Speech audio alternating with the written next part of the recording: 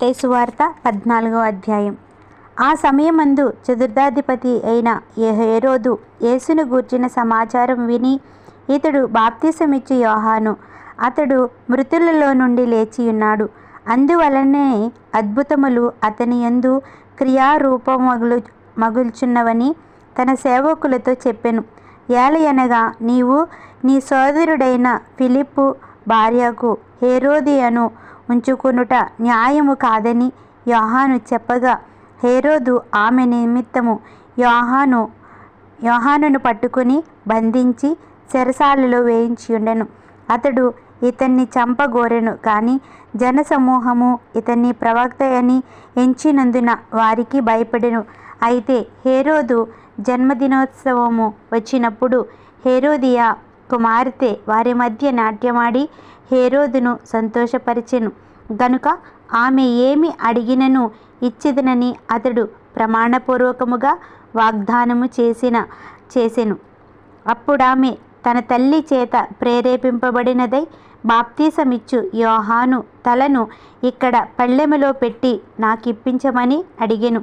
రాజు దుఃఖపడినను తాను చేసిన ప్రమాణము నిమిత్తము తనతో కూడా భోజనముకు కూర్చున్న వారి నిమిత్తమును ఈయనాజ్ఞాపించి బంట్రోతులను పంపి చెరసాలలో యోహాను తల కొట్టించెను. వాడతని తల పళ్ళెములో పెట్టి తెచ్చి ఆ చిన్నదానికిచ్చెను. ఆమె తన తల్లి యొద్దకు దాన్ని తీసుకుని వచ్చెను. అంతటా యోహాను శిష్యులు వచ్చి శవమును ఎత్తుకుని పోయి పాతిపెట్టి యేసునొద్దకు వచ్చి తెలియజేసిరి.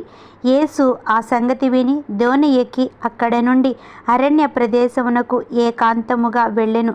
జనసమూహములు ఆ సంగతి విని పట్టణముల నుండి కాలినడకను ఆయన వెంట వెళ్ళిరి. ఆయన వచ్చి ఆ గొప్ప సమూహమును చూచి వారి మీద కనికరపడి వారిలో రోగులైన వారిని స్వస్థపరిచెను. సాయంకాలమైనప్పుడు శిష్యులు ఆయన యొద్దకు వచ్చి, ఇది అరణ్య ప్రదేశము, ఇప్పటికే పొద్దుపోయెను.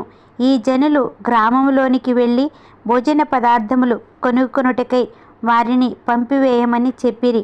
యేసు వారు వెళ్ళనక్కర్లేదు, మీరే వారికి భోజనము పెట్టుడని వారితో చెప్పగా, వారు ఇక్కడ మన యొద్ద 5 రొట్టెలను 2 చేపలను తప్ప మరి ఏమీ లేదని ఆయనతో చెప్పిరి.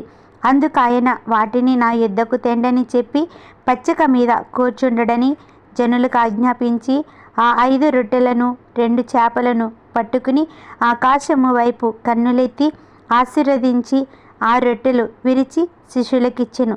శిష్యులు జనులకు వడ్డించిరి. వారందరూ తిని తృప్తి పొందిన తరువాత మిగిలిన ముక్కలు 12 గంపలు నిండా ఎత్తిరి. స్త్రీలను పిల్లలను గాక తినిన వారు ఇంచుమించు 5,000 మంది పురుషులు. వెంటనే ఆ జన సమూహములను తాను పంపివేయనంతలో తన శిష్యులు దోణి ఎక్కి తనకంటే ముందుగా అద్దరికి వెళ్ళవలెనని ఆయన వారిని బలవంతము చేసెను. ఆయన ఆ జన సమూహములను పంపివేసి ప్రార్థన చేయుటకు ఏకాంతముగా కొండ ఎక్కి పోయి సాయంకాలమైనప్పుడు ఒంటరిగా ఉండెను. అప్పటికి కాదోను దరికి దూరముగా నుండగా గాలి ఎదురైనందున అలల వలన కొట్టబడుచుండెను. రాత్రి 4వ జామున ఆయన సముద్రము మీద నడుచుచు వారి యొద్దకు వచ్చెను. ఆయన సముద్రము మీద నడుచుట శిష్యులు చూచి తొందరపడి భూతమని చెప్పుకుని భయము చేత కేకలు వేసిరి. వెంటనే యేసు ధైర్యము తెచ్చుకొనుడి, నేనే, భయపడకుడి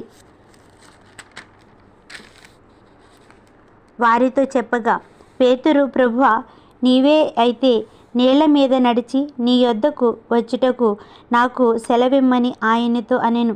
ఆయన రమ్మనగానే పేతురు దోణి ఎక్కి దోణి దిగి యేసునొద్దకు వెళ్ళుటకు నీళ్ల మీద నడిచెను. కానీ గాలిని చూచి భయపడి మునిగిపోసాగి, ప్రభువా, నన్ను రక్షించమని కేకలు వేసెను. వెంటనే యేసు చేయి చాపి అతడును పట్టుకుని, అల్పవిశ్వాసి, ఎందుకు సందేహపడితివని అతనితో చెప్పెను. వారు దోణి ఎక్కినప్పుడు గాలి అణిగెను. అంతటా దోణిలో నున్నవారు వచ్చి, నీవు నిజముగా దేవుని కుమారుడవని చెప్పి ఆయనకు మ్రొక్కిరి. వారద్దరికి వెళ్ళి గిన్నెసరేతు దేశమునకు వచ్చిరి.